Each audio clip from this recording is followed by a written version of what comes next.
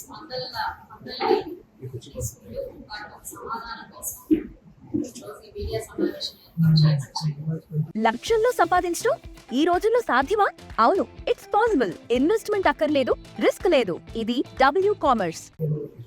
ప్రధానంగా దగ్గర స్టార్ట్ అయిన ఈ అంశం రాష్ట్ర వ్యాప్తంగా, దేశవ్యాప్తంగా, చెప్పుకోవాలంటే ప్రపంచ వ్యాప్తంగా అవునా ఇలా జరిగిందా అని ఒక క్వశ్చన్ వేసుకునే పరిస్థితి వచ్చింది మన ఆంధ్ర రాష్ట్రం. అయితే ఈరోజు కల్తీ లడ్డు గురించి, దాని వెనకాల తిరుగుతున్న వివాదాల గురించి, సుప్రీంకోర్టు ఆదేశాల మేరకు ఏర్పడిన సిట్ ఇచ్చిన వివరాల ప్రకారం అనేక అంశాలు ఒక్క వారం ఓపిక పట్టండి, రానున్న రోజుల్లో వెలుగులోకి వస్తాయి. దాని గురించి మనం ప్రత్యేకంగా కూర్చొని డిస్కస్ చేద్దాం.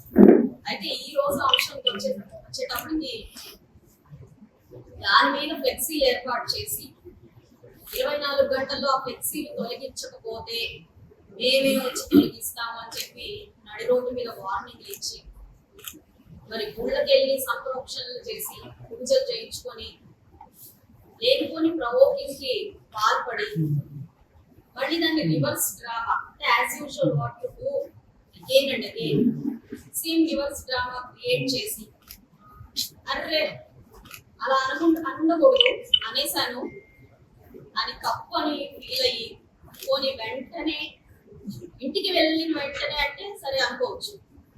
ఆల్రెడీ అందరి గుండెల్లో మనసులో ఈ విషయాన్ని గ్రహించి మీరు కావాలి అని అనుకుంటున్న ప్లాట్ఫామ్ ని, ఎంటర్టైన్మెంట్ ని, ఎమోషన్ ని క్రియేట్ చేసిన తర్వాత మళ్ళీ ప్రెస్ మీట్ పెట్టి అలా నా ఏజ్ కన్నా ఉండకూడదు, అలా నేను ఒక ముఖ్యమంత్రిని అనలేదు అని చెప్పి మళ్ళీ ప్రెస్ మీట్ పెట్టి అయినప్పటికీ అరెస్ట్ చేసుకుంటారా చేసుకోండి, రెడ్ బుక్ కి భయపడతానా భయపడు, కుక్క కూడా భయపడదు. ఈ ప్రొవోకింగ్ మాట్లాడి ఇలాగా ఒక రక్కస్ ఏదైతే పశ్చిమ నియోజకవర్గంలో ఒక 2 రోజుల క్రితం క్రియేట్ చేశాడు, మరి దానికి గల కారణాలైతే నాకు ఈరోజు వెనకాల బ్యాక్గ్రౌండ్ లో ఆలోచిస్తే అఫ్ కోర్స్ చిన్నపిల్లాడు కూడా చెప్తాడు కల్తీ లడ్డు విషయాన్ని, ఇంకా కొన్ని అంశాలని డైవర్ట్ చేస్తూ పబ్బం గడుపుకునే ఒక అద్భుతమైన ప్రయత్నం. అయితే ఈరోజు మీరు ఒక ఎమోషన్ ని క్రియేట్ చేసి అందరిలో ఈ ఒక రకమైన అభిప్రాయాన్ని క్రియేట్ చేసి రాష్ట్రంలో ప్రతిపక్షంలో ఉన్నప్పుడు ప్రతిపక్ష నేతల మీద ఏదైనా మాట్లాడచ్చు, అధికారం ఉంది కాబట్టి మాట్లాడేశాం, కానీ సీఎం అయినా కూడా మాట్లాడేయచ్చు, మేము మాట్లాడతాం అనే ఒక మెసేజ్ ని మీరు రాష్ట్ర ప్రజలకి అందించే ప్రయత్నం చేశారు. అహంకారమా, మదమా, లేకపోతే ఇంకేదా అన్నది మీరు స్వయంగా విశ్లేషించుకోవాల్సిన అంశం. దాని మీద మేము రియాక్ట్ అయిన తీరుకి దాన్ని మళ్ళీ సపరేట్ గా కథనాలు, స్టోరీలు, మేధావి వర్గం యొక్క అభిప్రాయాలు, ఇలా రకరకాలుగా మళ్ళీ దాన్ని డిఫరెంట్ యాంగిల్ లో తీసుకెళ్ళడం, మళ్ళీ దాని తర్వాత దాన్ని డైవర్షన్ పాలిటిక్స్ తో పాటు డైవర్స్ పాలిటిక్స్ అంటే విభజించే పాలిటిక్స్ దాన్ని ట్రై చేయడం, అది కాకపోతే సెంటిమెంట్, ఉమెన్ సెంటిమెంట్ పాలిటిక్స్, అది కాకపోతే పరామర్శ, ఇది ఒక స్క్రిప్ట్ మనం ఎవ్రీ టైం రిపీట్ అవుతూ దీన్ని ఇంప్లిమెంట్ చేస్తూ ఉంటే ఒక సర్వసాధారణమైన ఎప్పుడు జరిగే ఒక స్క్రిప్ట్. అది జరిగింది. ఈరోజు మాట్లాడతారు మీరు మహిళైనా రెచ్చగొడతారా, అంతమంది రౌడీ భూకల్ని తీసుకొని వెళ్ళి మీరు ఇంటి మీదకి వెళ్ళి విధ్వంసం సృష్టిస్తారా అని అడుగుతారు. మీరు ఆద్యాంతం నేను నా ఎంటర్ అయినప్పుడు దగ్గర నుంచి నేను మళ్ళీ లీవ్ అయ్యేదాకా కూడా మీరు నా ఫోటోలు చూడండి, వీడియోలు చూడండి, ఆఖరికి నా మొహం కన్నా చూడండి. మీరు ఎక్కడ కూడా ఒకరికి ప్రవోక్ చేస్తూ కానివ్వండి, మీరు కానివ్వండి నేను చూసుకుంటాననే సైకిల్ చేయడం కానివ్వండి, అసలు నేను అందరినీ ఫోన్లు చేసి పిలిపించి మీరు ప్రత్యక్ష సాక్షులా, లేకపోతే నా తరఫున మీరు అలాంటివి ఏమన్నా చేస్తున్నారా? ఇది కూడా నా ప్రశ్న. మీరు ప్రవోక్ చేసుకున్నారా, లేకపోతే ఇక్కడ తెలుగుదేశం పార్టీ వాళ్ళు కావాలని ఇల్లు గజ్జాలు పెట్టుకోవడానికి ముందే వచ్చారా? ఇది మీరు క్వశ్చన్ చేసుకోండి. అయితే ప్రవోక్ చేస్తే వచ్చేస్తారా? మాట్లాడితే అనేస్తారా? కూతురు తిడితే అడగడానికి వచ్చేస్తారా అని అంటే, ఇప్పుడు కూడా అడగకపోతే మిమ్మల్ని ఓడించింది ఎందుకు? అడుగుతామనే కదా. 11 సీట్లకు మిగిల్చింది ఎందుకు? ప్రజలందరూ భయపడి మిమ్మల్ని ఇళ్లలో కూర్చోబెట్టింది ఎందుకు? మేము అడుగుతామనే కదా. మరి అడగకపోతే అడగడానికే కదా నేను వచ్చాను. చేతులు రెండు ఇలా పట్టుకొని నేను వచ్చాను. దాడికే దిగాలంటే మీరు ఆలోచించండి. చాలా లాజికల్ పీపుల్, చాలా లాజికల్ క్వశ్చన్స్ వేస్తున్నారు. దాడికే దిగాలంటే నేను రావాల్సిన పని ఏమిటి? మీ పార్టీ ఆఫీస్ మీద ప్రత్యక్షంగా లేకుండా చేయించారే, అలా చేస్తాను కదా. అక్కడ నేను రావాల్సిన అవసరం ఏమన్నా ఉందా? మరి ఒక సీఎంని, మా అధినాయకుడిని మీరు ఇష్టం వచ్చినట్టు మాట్లాడినప్పుడు కూడా మేము ఎవరూ రియాక్ట్ అవ్వలేదు. మీరు ఒకసారి హిస్టరీలోకి వెళ్ళండి, గుర్తు చేసుకోండి. ఇష్టం వచ్చినట్టు మాట్లాడినా కూడా ఎప్పుడు కార్యకర్త కూడా బయటకు వచ్చి మాట్లాడలేదు. వాళ్ళలో వాళ్ళు ఆ అక్కసం పెట్టుకున్నారు, వాళ్ళలో వాళ్ళు దాన్ని ఓర్చుకున్నారు తప్ప ఇలా బయటకు వచ్చి ఎప్పుడు మిమ్మల్ని వచ్చి ప్రశ్నించింది లేదు. కానీ మీరు అనకూడదు, సభ్య సమాజం తలదించుకునే మాటలు అన్నారు, సీఎం అన్నారు. మీకు శిక్షార్హులు దీనికి. అది అడగడానికి నేను వచ్చాను. నేను వెళ్తున్నాను అని చెప్పి కుటుంబంలో నా భర్తకు చెప్పి నేను బయలుదేరాను.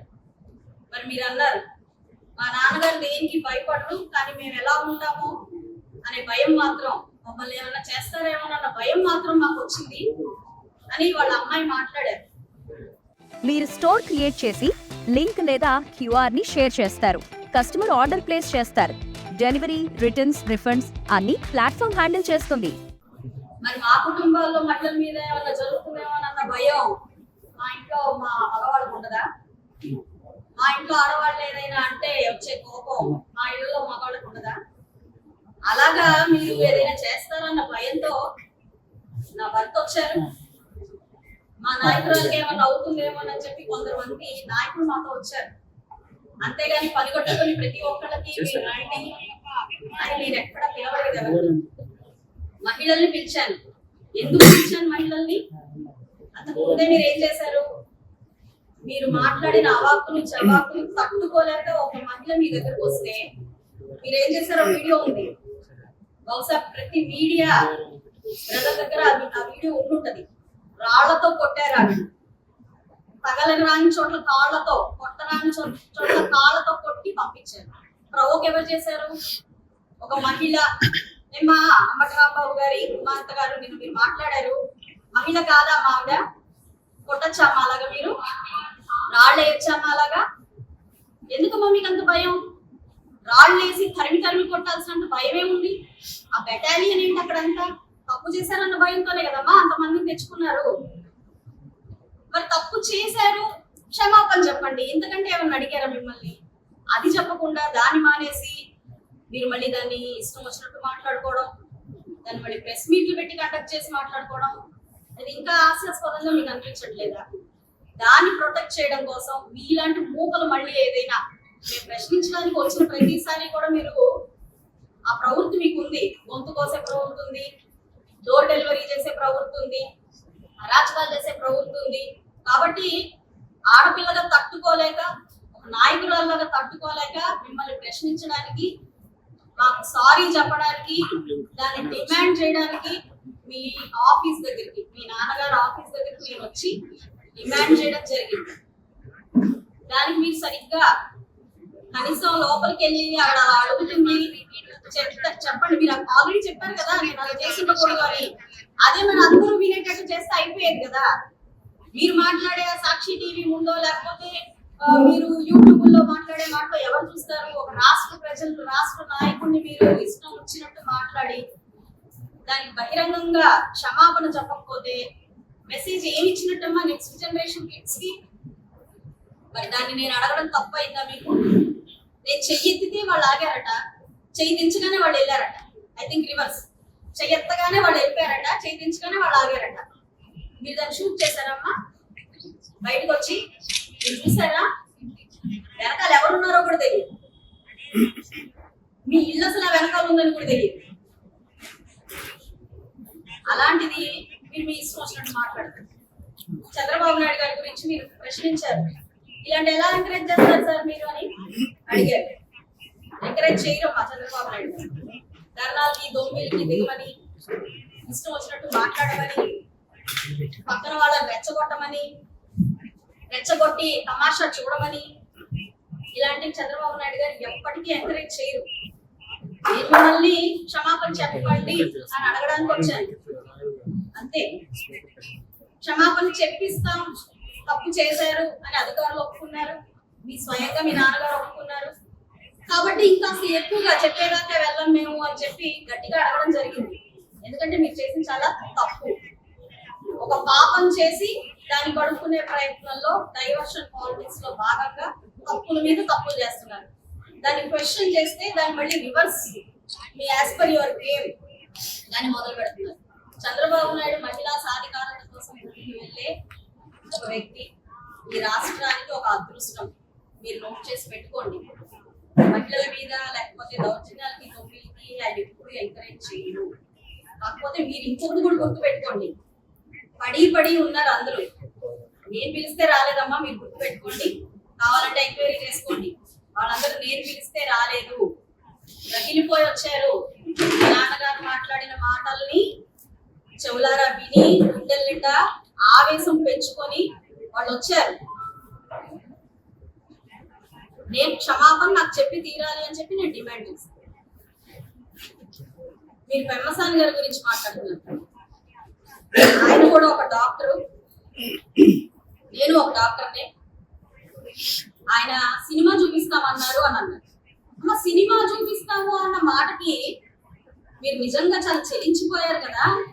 మరి ఆయన మీ నాన్నగారు నడి రోడ్డు మీద కూర్చొని నవ్వుతూ హేళనగా ఏం మాట్లాడారో ఒకసారి వీడియో మీ నెంబర్ పంపిస్తే నేను పెడతాను, ఒకసారి చూడండి. దానికి ఏం చెల్లించాలి? వాళ్ళ ఇంట్లో ఉన్న వాళ్ళ సతీమణి దీనికి సమాధానం చెప్పాలి అని మీరు డిమాండ్ చేశారు. మరి ఆయన మీద మీరు పేరిన అవాకులు చవాకులు, మరి మీ అమ్మగారు వచ్చి ఆన్సర్ చెప్తారా తల్లి? వారి అమ్మగారికి ఇది సూటి ప్రశ్న అమ్మా. అంటే మీరు చేసేది చాలా కరెక్ట్. మీరు చేస్తున్నప్పుడు ప్రజాస్వామ్యం పనిచేయాలి. మీకు క్వశ్చన్ చేసినప్పుడు మాత్రం ప్రజాస్వామ్యం పనిచేయకూడదు. మీరు రెచ్చగొట్టేవేమో క్వశ్చన్ చేసినట్టు, మేము క్వశ్చన్ చేసేవేమో రెచ్చగొట్టినట్టు. ఇంత రివర్స్ టెండరింగ్ పార్టీని కానివ్వండి, లేదంటే అధినాయకుడిని కానివ్వండి, నాయకుల్ని కానివ్వండి, నిజంగానే రాష్ట్రం ఎప్పుడు చూడలేదు, చూడకూడదని కూడా నేను కోరుకుంటున్నాను. తర్వాత పవన్ కళ్యాణ్ గారు మనం వరం కోసం ఇప్పుడు ఎందుకమ్మా మీకు అది? పవన్ కళ్యాణ్ గారి గురించి మీ నాన్నగారు మాట్లాడిన మాటలు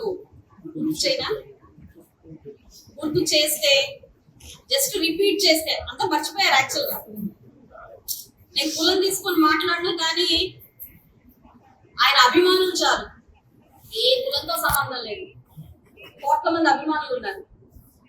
అవి చూస్తే చాలు, మళ్ళీ ఒకసారి రిపీట్ చేస్తే చాలు. ఎలా మాట్లాడారో తెలుసమ్మా మీకు? నిండు సభలో ఎలా మాట్లాడారో తెలుసా? మీ నాన్నగారు ప్రెస్ మీట్లు పెట్టి ఎలా మాట్లాడారో తెలుసా?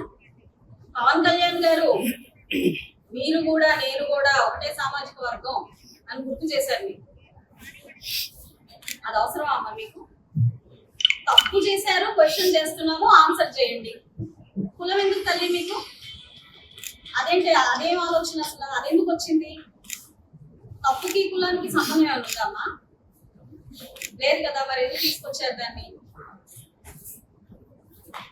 రంగా గారు పక్కన అంబటి గారు. హోమ్ మేకర్ అయినా, కంటెంట్ క్రియేటర్ అయినా, కిరాణా షాప్ ఓనర్ అయినా అందరికీ సమాన అవకాశం. భారతదేశం మొత్తం మీద దాదాపు 25,000 మందికి పైగా WCommerce తో స్టోర్స్ నడుపుతున్నారు. Visit www.wcommerce.store